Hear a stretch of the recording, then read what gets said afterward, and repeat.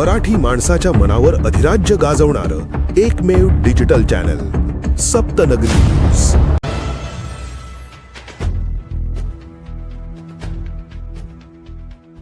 दुर्गम पाड्यांना जोडणारे विकासाचे मजबूत पूल। मोक्ससमाळ व मोठीबारी येथे साकव पुलांचे लोकार्पण।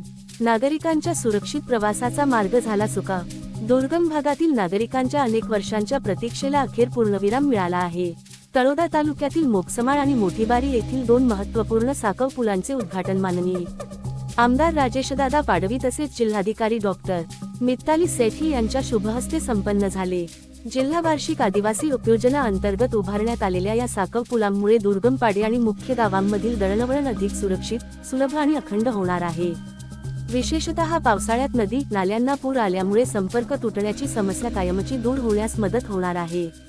विद्यार्थ्यांना शाळेत जाणे, रुग्णांना आरोग्य सेवांपर्यंत पोहोचणे, शेतकऱ्यांना बाजारपेठेशी संपर्क साधणे, नागरिकांना दैनंदिन कामांसाठी प्रवास करणे आता अधिक सुरक्षित आणि सोयीचे होणार आहे।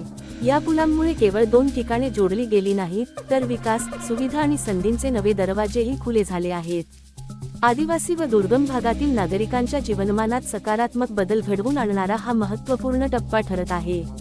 यावेळी कार्यकारी अभियंता अंकुश पालवे, उपविभागीय अधिकारी जी.एस. गावित, उपविभागातील सर्व शाखा अभियंते तसेच ग्रामस्थ मोठ्या संख्येने उपस्थित होते। साकव पूल म्हणजे केवळ बांधकाम नव्हे, तर दुर्गम भागातील नागरिकांच्या सुरक्षितता, सुविधा आणि विकासाला जोडणारा विश्वासाचा पूल आहे। सप्तनगरी न्यूज ब्युरो।